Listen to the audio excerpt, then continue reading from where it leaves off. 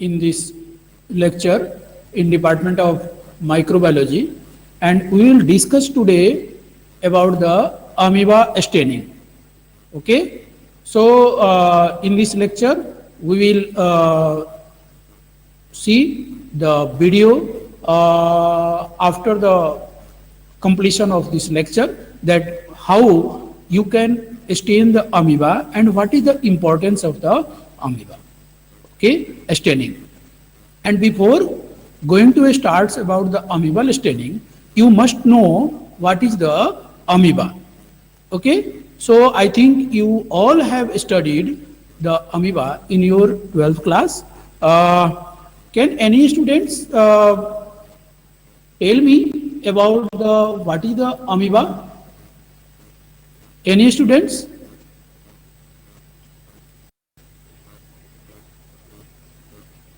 Any students, have you any idea about the amoeba?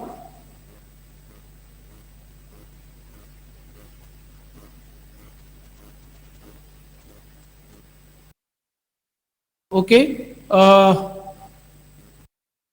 Sam and Kiran is writing something.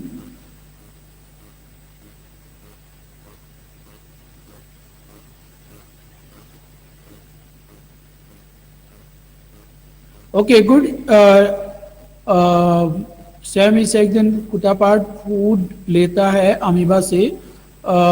चलो हम यहाँ पर discuss करते हैं अमीबा का डिटेल्स. पहले स्टेनिंग में ब्रीफली हम डिस्कस करेंगे, ठीक है ना, कि क्या होता है अमीबा. सिंगल सेल ऑर्गेनिजम्स होता है.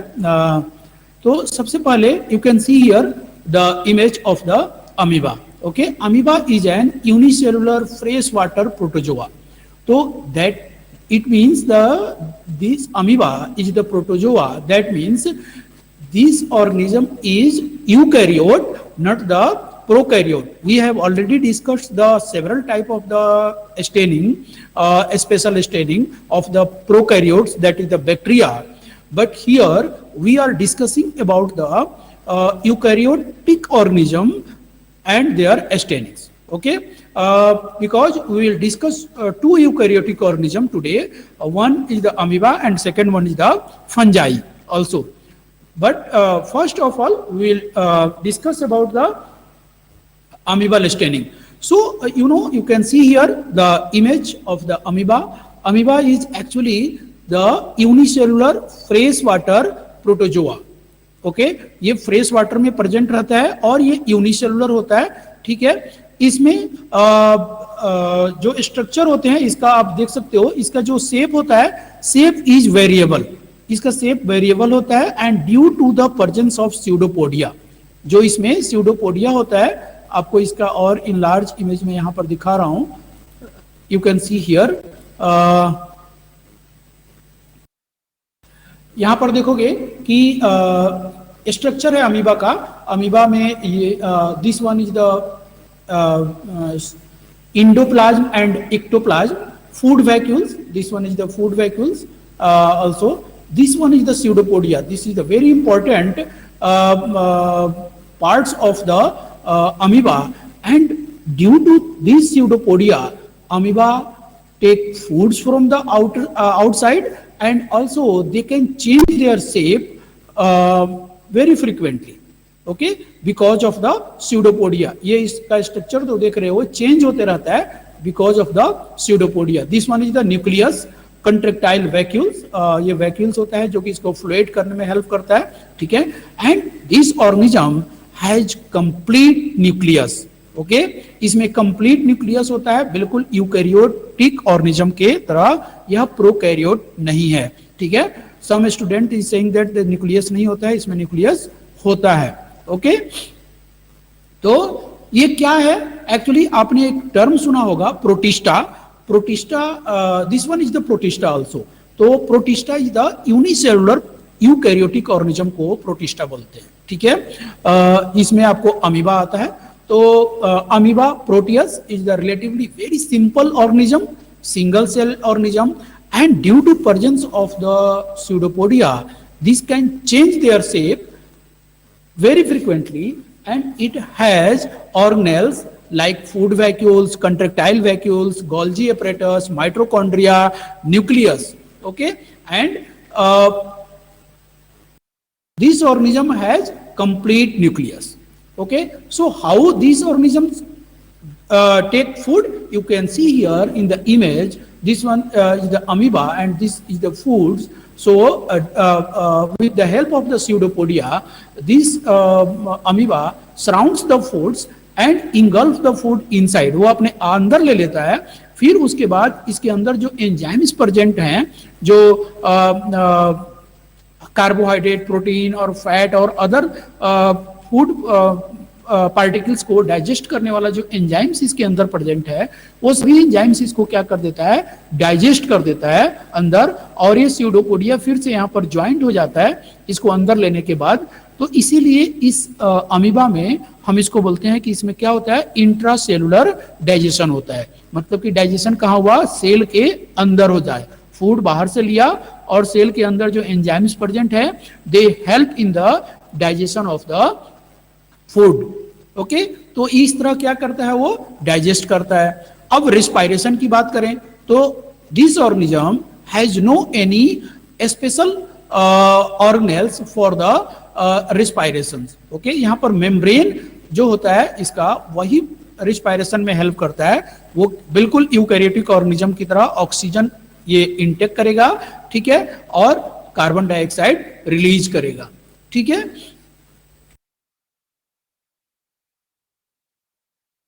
ओके. तो आपको समझ में आ गया होगा कि क्या होता है अमीबा. अब यहां पर देखोगे this one is the amoebal cake that, ये सही अमीबा का केक आप बना सकते हो, ठीक है ना. इसका कोई भी पार्टिकुलर एक शेप नहीं होता है. Now why we discussing here about the amoebal staining, क्योंकि हमें पता है कि अमीबा बहुत सारे डिजीज कॉज करता है. And here some are listed here, amoebiasis, amoebic dysentery, amoebic liver abscesses, cutaneous amoebiasis, amoebic brain abscesses and the amoebiasis cutis. तो ये सभी डिजीज आप आगे पढ़ोगे, लेकिन यहाँ पर इनके डिटेल्स हम यहाँ पर डिस्कस नहीं करेंगे, ठीक है. लेकिन आपको इसका एक इमेज वीडियो में जरूर शेयर करूंगा आपके साथ, आप देखोगे और क्लियर होगा.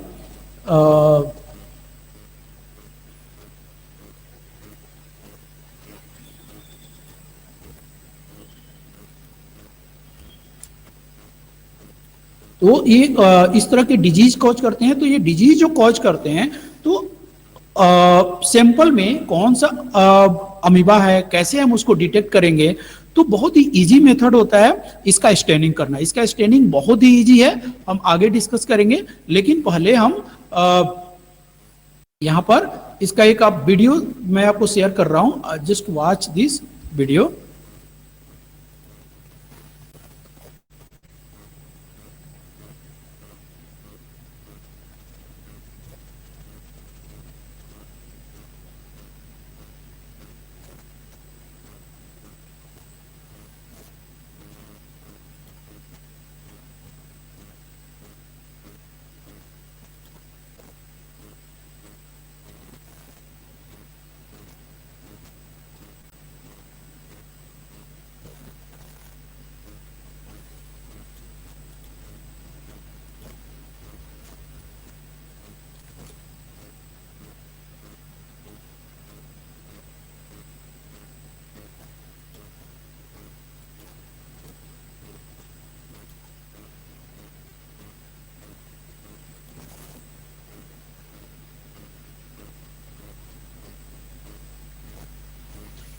फूड लेने का पार्ट्स होता है इसमें स्यूडोपोडिया, जो आप देख रहे थे स्ट्रक्चर मैंने आपको दिखाया. स्यूडोपोडिया के हेल्प से वो फूड ले लेता है और उसको डाइजेस्ट करता है. उसके अंदर जो एंजाइम्स प्रेजेंट रहता है वो उसको डाइजेस्ट करता है. ठीक है. हाँ बच्चों, वीडियो में कुछ प्रॉब्लम आ रहा है यहाँ पर, आई थिंक कुछ लिंक में प्रॉब्लम है, तो मैं ट्राई कर रहा हूँ. नहीं तो आपको यहाँ पर कि क्यों ऐसा प्रॉब्लम हो रहा है इसमें.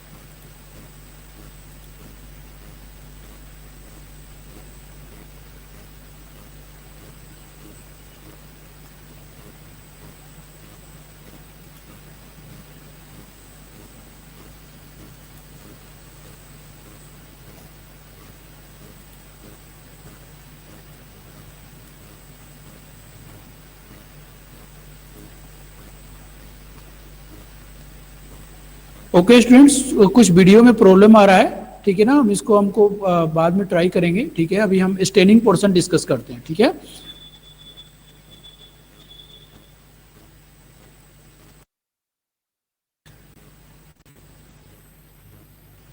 ओके स्टूडेंट्स, सैम, क्या आपको क्या समझ में नहीं आ रहा है स्ट्रक्चर में? स्ट्रक्चर में क्या समझ में नहीं आ रहा है सैम?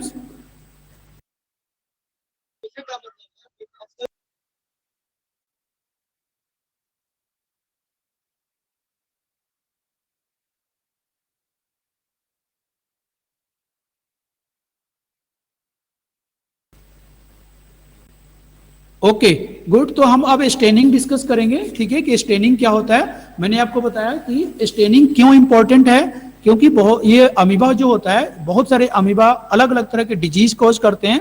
तो हम जैसे दूसरे बैक्टीरियल डिजीज में स्टेनिंग करके उसको डायग्नोसिस में हेल्प लेते हैं, उसी तरह यहाँ पर भी अमीबल स्टेनिंग भी डिजीज डायग्नोसिस में हेल्प करता है, ठीक है। तो इसके लिए क्या है कि more than 20,000 species of the free living protozoa have been reported till date, okay। और इसमें एक हम जो यहाँ पर एग्जांपल के तौर पर आपको दिखा रहे हैं कि वेट माउंट स्लाइड्स हम इसमें बनाते हैं, ठीक है। और वेट माउंट स्लाइड्स में इसमें हम स्टेन करते हैं इंटोमाइबा हिस्टोलाइटिका का, ठीक है। And this amoeba cause the disease amoebic dysentery, okay. इसमें डायरिया होता है, ठीक है ना। तो इसमें अमीबिक डिसेंट्री में क्या होता है कि बहुत अगर सीवियर केस हो जाए, ठीक है, तो उसमें लीवर डैमेज भी हो जाता है उसमें, ठीक है। तो कई बार यह केस बहुत सीवियर होता है, लेकिन मैक्सिमम केस में this disease is asymptomatic. Asymptomatic का मतलब होता है इसमें कोई भी सिम्टम नहीं होगा, ठीक है। और लेकिन एसिम्टोमेटिक होने का मतलब ये नहीं है कि उसको डिजीज नहीं है, डिजीज है लेकिन सिम्टम्स उसमें नहीं है। जैसे आजकल आप सुनते होंगे कि कोरोना के बहुत सारे ऐसे पेशेंट हैं जिनके अंदर कोई सिम्टम शो नहीं होता है, but they are the carrier. Carrier means they can transfer the virus from them to the healthy person, ठीक है। वो कैरियर का काम कर रहे हैं, but they have no any symptoms, okay. तो उस पेशेंट को हम क्या बोलते हैं? एसिम्प्टोमेटिक बोलते हैं। तो एसिम्प्टोमेटिक पेशेंट से asymptomatic patient and carrier are actually more problematic in comparison to the symptomatic patient, ठीक है ना। उससे आपको पता भी नहीं चलेगा और डिजीज का ट्रांसमिशन हो जाता है दूसरे हेल्दी पर्सन में, ठीक है। तो ये सभी एसिम्प्टोमेटिक पेशेंट हो या कैरियर हो या कोई सफरर हो डिजीज से, अमीबिक डिसेंट्री से, तो उसका हम क्या करते हैं? स्टूल से अमीबा का एग्जामिनेशन करते हैं कि उसके स्टूल में अमीबा है या नहीं है, ठीक है। तो और अगर आपको स्टेनिंग के थ्रू पता चलता है तो आप वहां पर बता सकते हो कि this disease is due to the this type of the amoeba.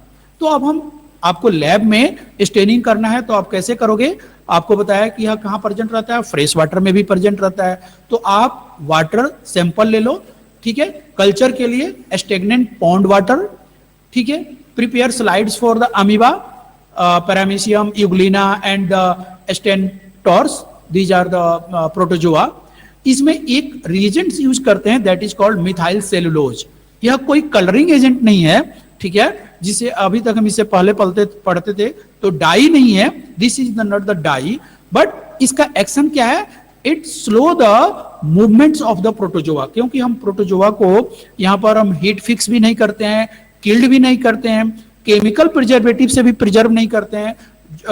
तो यहां पर क्या करेगा? Protozoa can move from one place to the another place on the slides. So we use here methyl cellulose which can stop the or slow down the movement of the protozoa. इसके अलावा और क्या क्या चाहिए? Microscope चाहिए, ठीक है, glass slides चाहिए, कवर स्लिप चाहिए एंड द पास्चर पिपेट। जो ग्लास का पिपेट्स बना होता है वह पिपेट्स हमें चाहिए, उसको पास्चर पिपेट्स बोलते हैं, ठीक है। अब हम इसमें क्या करते हैं? इसका प्रोसीजर बहुत ही सिंपल है। We take a clean glass slides हमने एक ग्लास स्लाइड्स लिया, उसके सेंटर पर सैंपल रख दिया, 1 ड्रॉप सैंपल्स, ठीक है। जो भी हमने पॉन्ड वाटर या कहीं से भी सैंपल लिया है जिसमें फ्रेश वाटर, उसका 1 ड्रॉप्स वहां पर हमने रख दिया सेंटर पर, ठीक है। उसमें हम क्या करते हैं, 1 ड्रॉप्स मिथाइल सेलुलोज ऐड कर देते हैं, and this methyl cellulose slow down the movement of the protozoa and then cover the mixture of sample and methyl cellulose with the cover slip. Cover slip जब हम उसके ऊपर रखते हैं, बहुत ही जेंटली रखते हैं, ठीक है, सावधानी से रखते हैं, जिससे क्या होगा कि ये ध्यान रखते हैं कि उसको रखते समय कोई बबल ना बने, ठीक है। जब बबल नहीं बनता है तब हम, अगर बबल कहीं से बन गया तो उसको लाइटली हल्का सा हम प्रेस भी कर देते हैं ताकि बबल वहां से रिलीज हो जाए, ठीक है। And then after the this slide preparation, your slide is ready for the observation. आपका स्लाइड बिल्कुल तैयार है देखने के लिए माइक्रोस्कोप में। फिर उसको हम लो पावर माइक्रोस्कोप में देखते हैं and then high power magnification के माइक्रोस्कोप में देखते हैं इसको, ठीक है। तो हम उसको कैसे देखेंगे और क्या दिखेगा उसमें, आपको इस तरह का इमेज उसमें दिखेगा। देखो ये अलग अलग तरह का अमीबा है, ठीक है। आपको इसमें ये अमीबा का जो हमारे पास ऑलरेडी अवेलेबल लिटरेचर है, हम क्या करते हैं इसमें, इसके स्टेनिंग में जब हम माइक्रोस्कोप में देखते हैं, माइक्रोस्कोप में जो चीज भी आपको दिख रहा है, जो भी शेप आपको उसमें दिख रहा है, you have to draw the shape on your notebook, okay. आप नोटबुक पर ड्रॉ करो और जो हमारे पास अवेलेबल लिटरेचर है उसके साथ हम कंपेयर करते हैं कि किसके साथ इसका शेप मैच कर रहा है, and then we can say that this amoeba is this और दैट, ओके। तो हम इसको कंपेयर करके हम इसको बता सकते हैं कि वह कौन सा अमीबा है उसमें, ओके। तो अब यहां पर आपको हम स्टेनिंग प्रोसीजर का एक वीडियो शेयर कर रहे हैं, देखते हैं वो चलता है कि नहीं।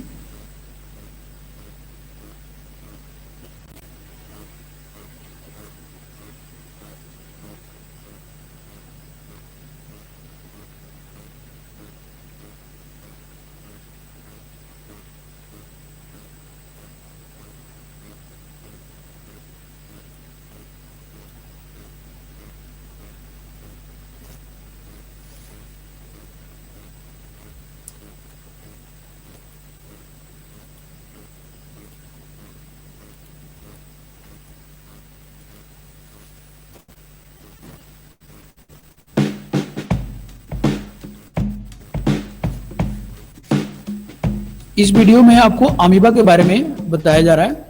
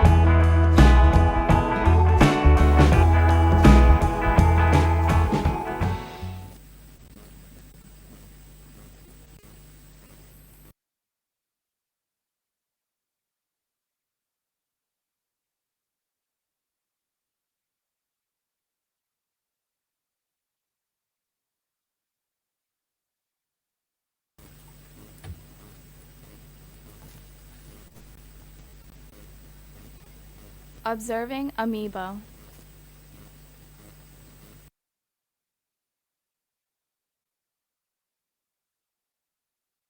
For this experiment, you will need a microscope, amoeba,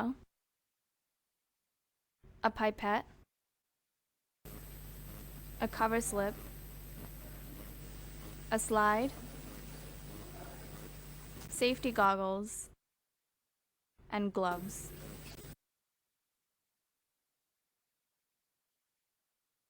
Begin the experiment by placing a drop of the amoeba culture on a slide and adding a cover slip.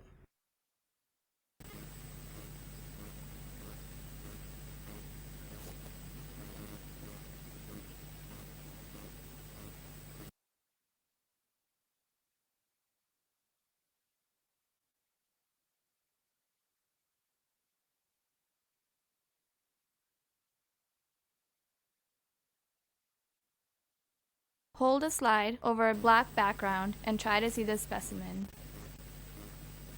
Place the slide on your microscope stage and use the lowest power to focus on one organism.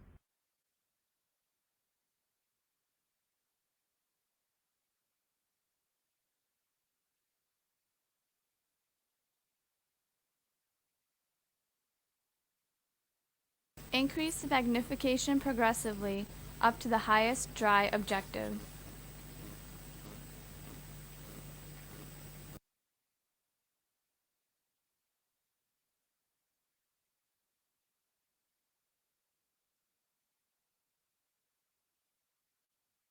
Dispose of the slide in the sharps container.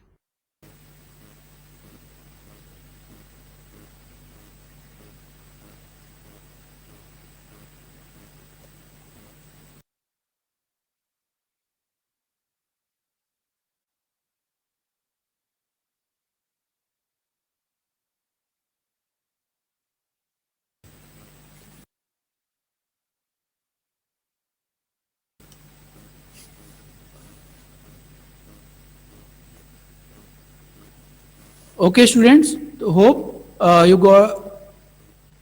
We will have a clear concept about the amoeba and the amoebal staining. Okay, आपने video में भी देखा कि कैसे उसको staining करते हैं, आपको क्लियर समझ में आ गया. स्टेप बहुत ही छोटा है, बहुत ही सिंपल है.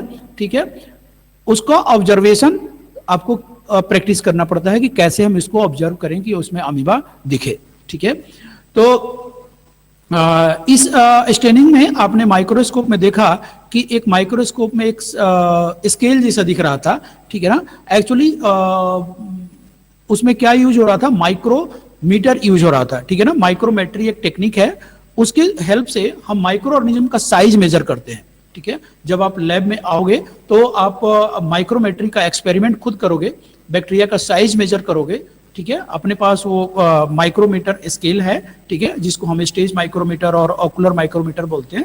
वो हम उसका एक स्पेशल एक अलग लेक्चर होगा, देन आप उसको क्लियर समझ सकते हो. तो उसके थ्रू आप बैक्टीरिया की साइज, अमीबा की साइज मेजर कर सकते हो. बिल्कुल सेम, इसका शेप वेरिएबल होता है. ओके, आपने देखा भी उसमें कैसे वेरी कर रहा था वीडियो में. ओके, तो आपको क्लियर समझ में आ गया कि अमीबा होता क्या है और अमीबा का स्टेनिंग क्यों जरूरी है और अमीबा का स्टेनिंग कैसे करते हैं. Okay, now we are moving to the second topic of today lecture, that is the fungal staining. And you know fungus is also the eukaryote. Okay, तो और आपको पता होगा कि फंगस जो होता है वो भी बहुत कई सारे डिजीज कॉज करता है. और यह प्लांट को भी डिजीज कॉज करता है, एनिमल को भी करता है, ह्यूमन को भी करता है. ओके, तो अगर हम ह्यूमन की बात करें तो this fungus cause the several type of the disease to the human and the most of the disease are related to the skin disease. Okay, तो स्किन डिजीज कॉज करता है, उसमें नेल में इन्फेक्शन कॉज करता है, hair में infection cause करता है, स्किन पर इन्फेक्शन कॉज करता है. आपने बहुत सारे अपने सोसाइटी में या आसपास के लोगों को देखा भी होगा कि बहुत सारे कोई लोग होते हैं जो फंगस से इन्फेक्टेड होते हैं. ठीक है, तो उसमें अगर हम फंगस की कौन सा फंगस से इन्फेक्शन हुआ है, कौन सा फंगस है, उसका अगर हमें स्टडी करना हो तो बहुत ही सिंपल और इजी मेथड है. सबसे पहला स्टेनिंग मेथड. ओके, तो हम स्टेन करके देखते हैं कि वो कौन सा फंगस है अवेलेबल लिटरेचर से उसको हम कंपेयर करते हैं। प्रैक्टिस के बाद आपको पता भी चल जाता है बिना कंपेयर के कि वह कौन सा फंगस है, ठीक है। तो उसको उसके बाद अगर हमें और आइडेंटिफाई करना है, क्लियर आइडेंटिफाई करना है कि वह ऑर्गेनिज्म कौन सा है, तो then we can go for the molecular identification, that is the DNA based identification. Okay, तो अब आप फंगस का ब्रीफ यहां पर हम देखेंगे कि फंगस होता क्या है। कि fungus is the eukaryotic organism, spore bearing, यह स्पोर बनाता है। एक chlorophyllous, that means the this organism do not form the chlorophyll. बिल्कुल देखने में प्लांट जैसा होता है, आपने अपने आसपास के एरिया में देखा भी होगा। Fungi looks like the plant but this is not the plant because this organism lack the chloroplast and that's why they cannot synthesize their own food. So that means this organism is the achlorophyllus.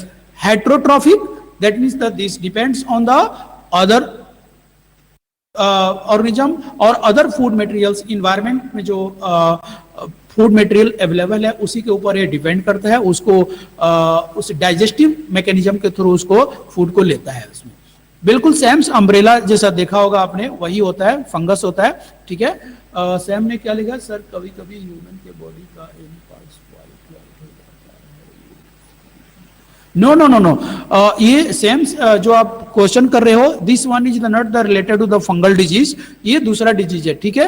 इसके बारे में आपको कुछ जो metabolites हैं body में वो proper तरीके से नहीं बन पाते हैं, ठीक है, उसके कारण वो होता है, वो this is not related to the fungus. Okay, तो फंगस का ब्रीफ आपको क्या है कि यह यूकैरियोट होता है, स्पोर बियरिंग होता है, एक्लोरोफिलस होता है, हेट्रोट्रॉफिक होता है, and this organism can multiply sexually and the asexually both.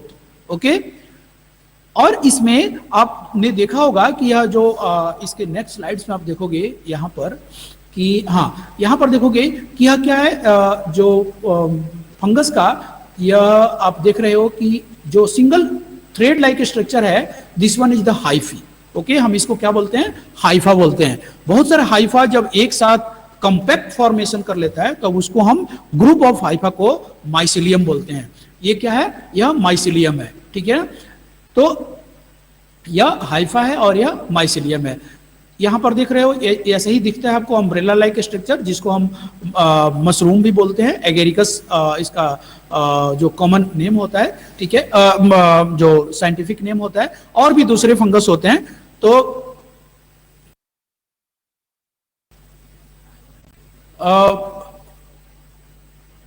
Pollen is not related to the fungal infection. Okay, तो यहां पर जो आप फंगस का स्ट्रक्चर देख रहे हो, ऐसे ही स्ट्रक्चर हम माइक्रोस्कोप में जब हम स्टेनिंग करते हैं तो दिखता है। ओके, तो स्टेनिंग इसका भी मुथैर, you are asking scientific name of what, किसका साइंटिफिक नेम जानना चाह रहे हो, फंजाई का?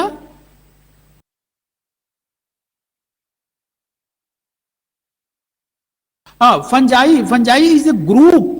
फंजाई एक फंजाई नहीं है। अभी आप पढ़ोगे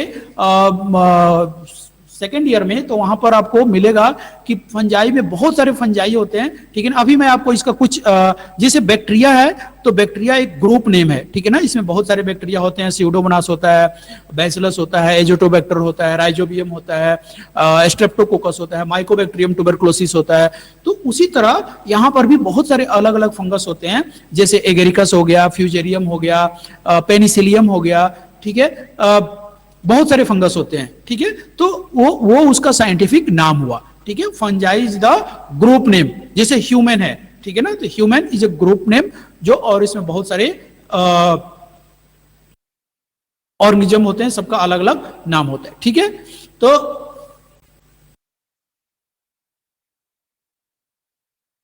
scientific name not the fungi, fungi is the name of the, एक आप इसको बोल सकते हो ये डोमेन नेम है, ठीक है। तो जिसके अंदर बहुत सारे फंजाई आते हैं, ठीक है। कौन कौन से फंजाई आएंगे, तो यहां पर आप देखोगे अभी ये क्या है, हाइफा है, और हाइफा ये माइसिलियम है। ये जो आपको देखते होंगे आपको umbrella like structure, this one is the जो हम मशरूम लाइक होता है देखने में, बट जो आपको डेड ऑर्गेनिज्म पर ग्रो किया गया रहता है, जैसे रॉटेन वुड पर या लेदर पर भी कई बार ग्रो कर जाता है। तो actually this fungi are poisonous, okay, ये पॉइजनस होते हैं, ये खाने वाले नहीं होते हैं।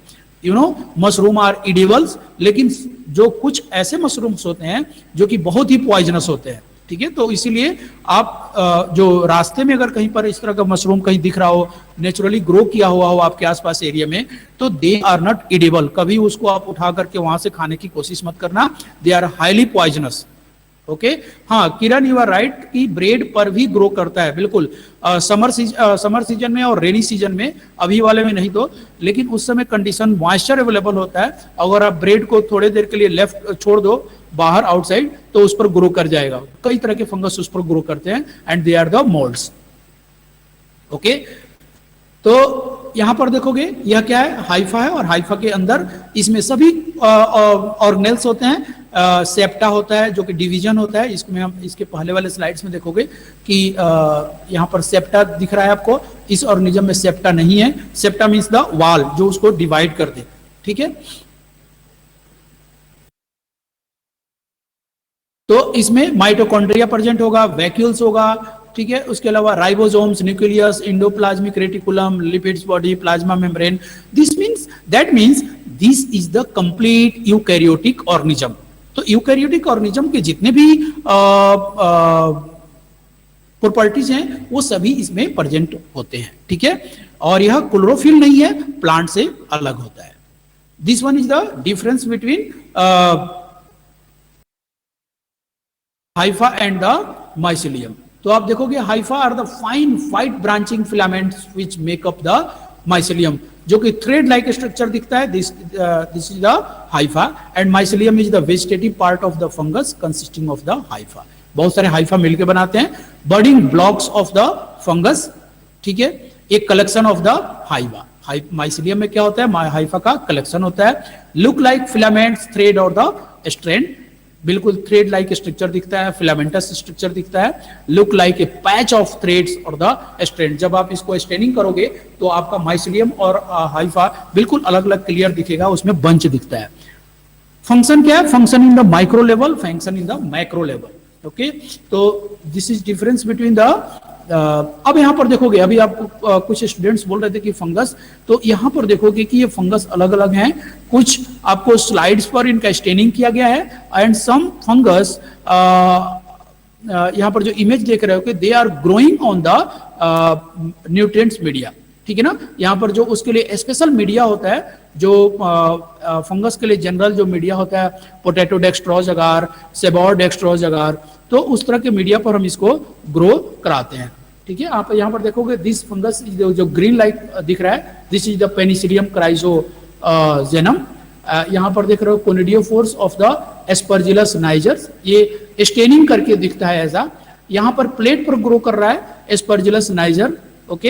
एंड ये जो है ये इमेज राइजोबस एस्टोलोनिफर और म्यूकर म्यूसिडो, यह स्टेनिंग इमेज है। स्टेनिंग के बाद आपको माइक्रोस्कोप में ऐसा दिखेगा, ओके। यहाँ पर स्पोरेंजियोफोर दिख रहा है and this one is the sporangiophore, ठीक है। तो ये आपका अलग अलग फंगस का इमेज। जब हम स्टेनिंग करते हैं तो स्टेनिंग करने के बाद फंगस ऐसे ही दिखेगा आपको, ठीक है।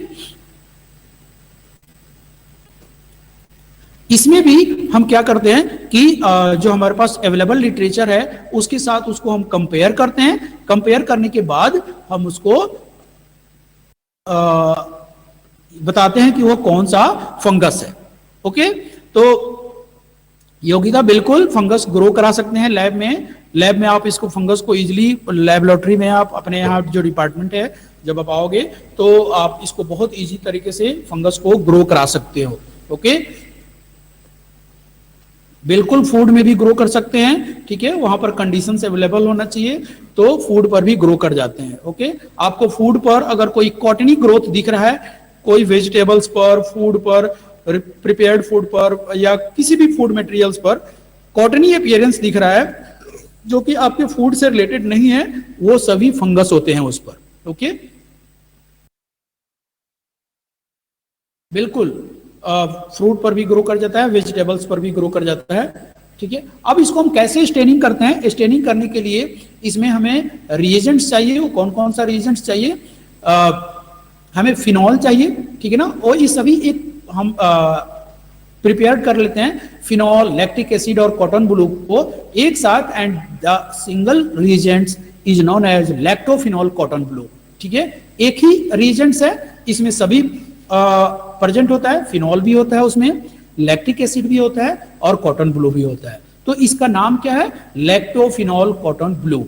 तो इसको हम स्टेनिंग को फंगल स्टेनिंग भी बोलते हैं, या कई बार इसको लैक्टोफिनॉल कॉटन ब्लू स्टेनिंग भी बोलते हैं इसको। ओके, तो इसमें क्या क्या फंक्शंस है? फिनॉल का क्या फंक्शन है? Phenol is here acting as the killing agents. ये क्या करता है? फंजाई को किल कर देता है। Okay, and deactivate the lytic cellular enzymes. ठीक है, वो क्या करेगा? जो उसके सेलुलर एंजाइम्स को उसको भी डीएक्टिवेट कर देगा, और वो डीएक्टिवेट अगर नहीं होगा तो क्या करता है? वो सेल वॉल को लाइज कर देता है। ठीक है ना, तो इसलिए उसको डीएक्टिवेट कर देते हैं, तो सेल वॉल क्या होगा? लाइज नहीं होगा, तो प्रॉपर क्लियर हमें ऑब्जर्वेशन हो पाएगा हाइफा का और माइसेरियम का। Okay, lactic acid clearing agents है। ठीक है, कॉटन ब्लू यहां पर क्या करता है? Cotton blue is actually here the staining material. Cotton blue क्या करता है? जो फंगस के सेल वॉल में एक कार्बोहाइड्रेट प्रेजेंट होता है जिसको हम काइटिन बोलते हैं। ठीक है ना, यह काइटिन केवल फंगस में ही नहीं, जो इंसेक्ट्स होते हैं, जो ऑर्थोपोडा मेंबर्स, उसके इंसेक्ट्स के बॉडी में भी प्रेजेंट होता है। ठीक है, वह कार्बोहाइड्रेट ही होता है, कॉम्प्लेक्स कार्बोहाइड्रेट। ओके, तो आप इसका स्ट्रक्चर यहाँ पर देख सकते हो कि क्या होता है। Linear structure of the chitin, इसमें जो होता है polymer of N acetyl glucosamine. अगर आपने पेप्टाइडोग्लाइकेन का स्ट्रक्चर पढ़ा होगा दूसरे पेपर के माइक्रोबायोलॉजी में, तो वो माइक्रोबायोलॉजी के दूसरे पेपर में, तो वहां पर आपने जो पेप्टाइडोग्लाइकेन पढ़ा होगा बैक्टीरिया के सेल वॉल में, उसमें दो कंपोनेंट्स होते हैं, एक एन एसिटाइल ग्लूकोसामिन और एक होता है N acetyl muramic acid, NAG and NAM.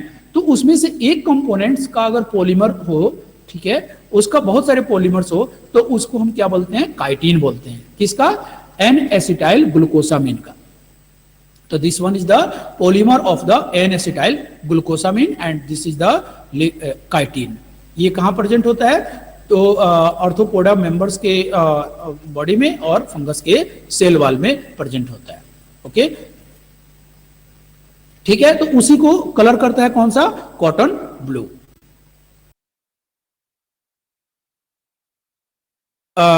मुतहर, जब हम उसको फंगस की स्टेनिंग करते हैं तो उसमें फिनॉल ऐड करते हैं, वो क्या करता है? उसको डीएक्टिवेट कर देता है, उसको किल कर देता है। ठीक है, तभी उसको हम क्लियर ऑब्जर्व कर पाते हैं उसमें। ठीक है, उसको क्या करेगा? उसके सेलुलर एंजाइम्स को डीएक्टिवेट कर देगा, फंगस को किल कर देगा।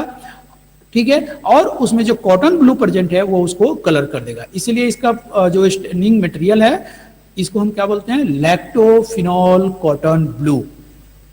ओके, तो अब इसका स्टेप क्या है? सबसे पहले हम क्या करते हैं? एक क्लीन स्लाइड लेते हैं, आप यहां पर देख रहे हो, this is the clean slides, and add some drops of the lactophenol cotton blue, जो कि हम माउंटिंग फ्लूइड्स बोलते हैं। ठीक है, उसके बाद सेकंड उसमें हम क्या करते हैं? उसके बाद सेकंड्स में जो फंगस है जिसका हमें स्टेनिंग करना है, उस फंगस को हम कहां से लेते हैं? फंगस आपको मैं एक यहां पर इमेज दिखाऊं, यहां पर आपने फंगस का इमेज देखा था।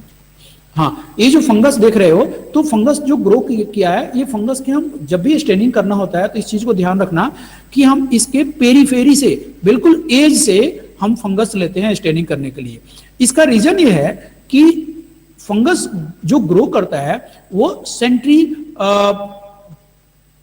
फ्यूगली ग्रो करता है। ठीक है ना, वो सेंटर से आउटसाइड ग्रो करता है। जैसे यहां पर आपने फंगस को इनोकुलेट किया तो यह इस ऐसे ग्रो करेगा। ठीक है ना, तो सेंट्री जो फ्यूगल फोर्स है उसी की तरह ये ग्रो करता है। तो जो फ्रेश फंगस है, जो यंग फंगस है, वो कहां प्रेजेंट होगा? इसके किनारे किनारे प्रेजेंट होगा।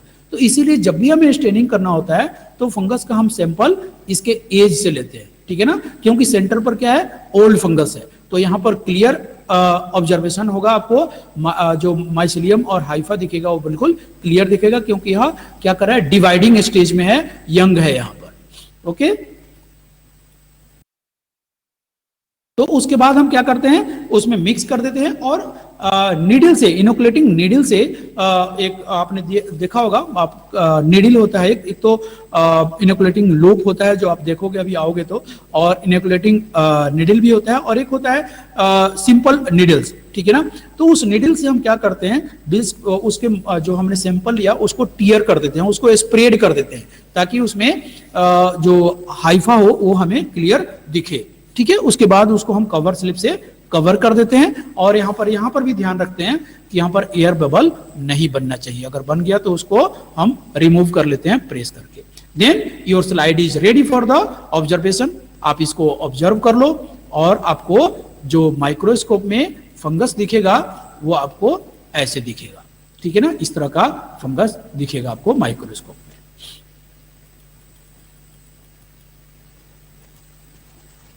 ओके, तो आपको क्लियर हो गया कि ये फंगस का स्टेनिंग हम कैसे करते हैं।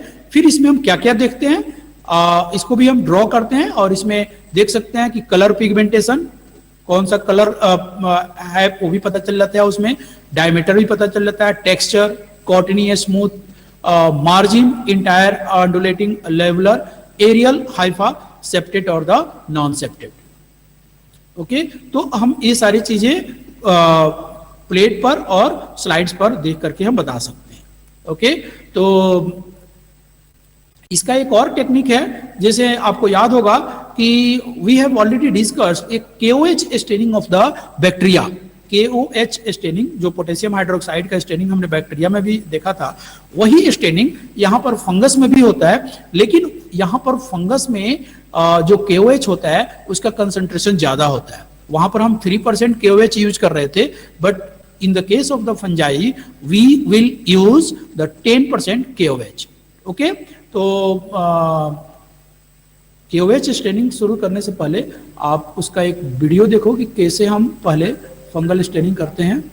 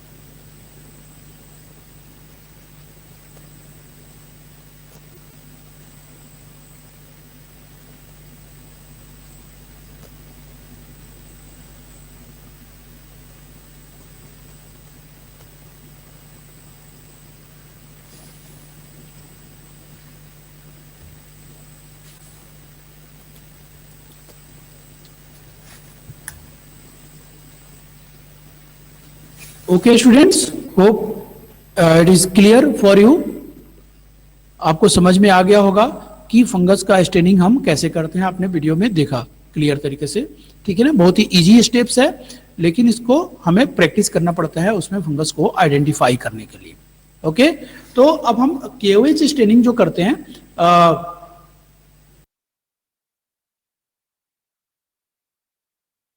सेम इसमें ऑयल यूज नहीं हुआ है, वो इसमें लैक्टोफिनॉल कॉटन ब्लू था।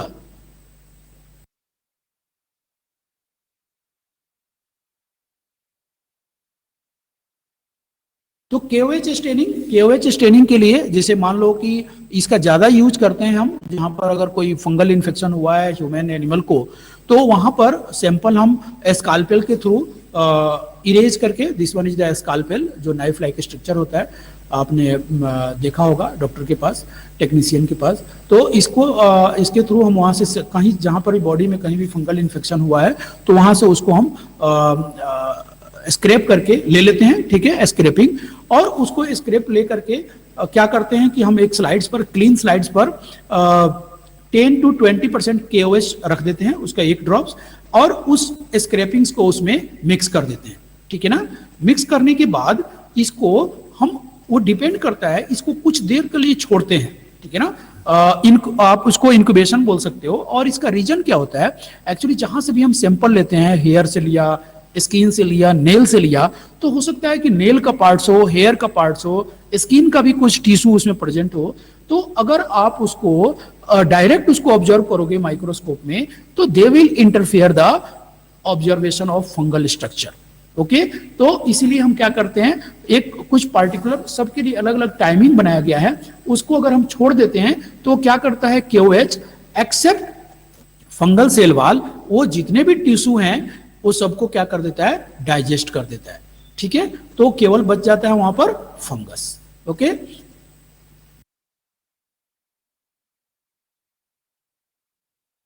तो इसमें हम क्या करते हैं, सबसे पहले कि अगर हम मिक्सिंग करने के बाद, जो सैंपल और केओएच मिक्स करने के बाद, स्किन का सैंपल है तो हम 2 to 5 मिनट्स के लिए इसको छोड़ देते हैं।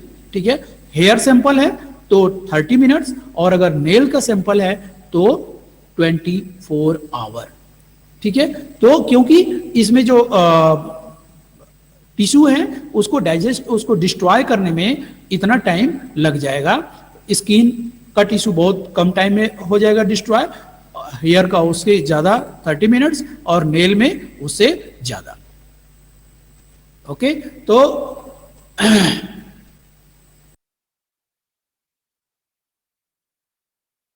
तो इस तरह उसको हम क्या करेंगे, ऑब्जर्व कर सकते हैं यहां पर, उसको डाइजेस्ट करने के बाद, डिस्ट्रॉय करने के बाद, और वो क्या करेगा, फंगस का आप क्लियर मॉर्फोलॉजी स्टडी कर सकते हैं।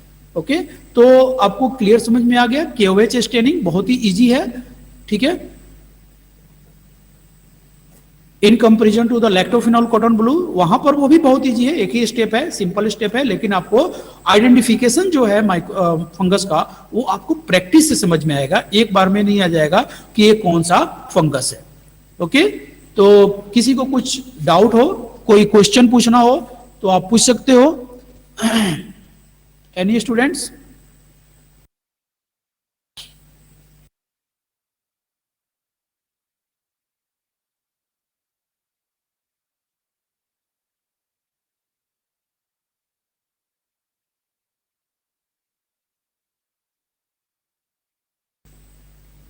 हाँ सेम, अगर हम स्टेनिंग करते हैं, अगर लैक्टोफिनॉल कॉटन ब्लू वाला स्टेनिंग, तो उसमें हम लैक्टोफिनॉल कॉटन ब्लू रिएजेंट्स ही यूज करते हैं फंगस को स्टेन करने के लिए। ओके, और अगर हम केओएच स्टेनिंग करेंगे तो वहां पर लैक्टोफिनॉल कॉटन ब्लू का यूज नहीं होगा।